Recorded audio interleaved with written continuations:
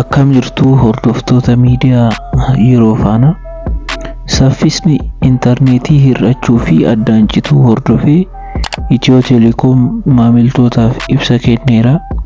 Mudannoon kun Galaana Diimaa keessatti baandwiizii guddicha baachaa kan ture sarara idil addunyaa wal qunnamsiisuu irratti rakkoon akka mudatee fi sababii kanaan torbee kana keessatti intarneetiin akka saffisa hin qabnee fi akka addaan citaa jiru beekamaadha.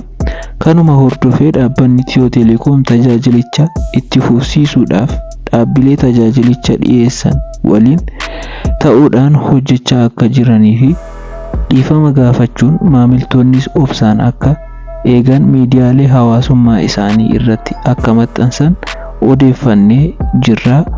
Yeroo faanaa miidiyaa hordofaa nagaan bulaa.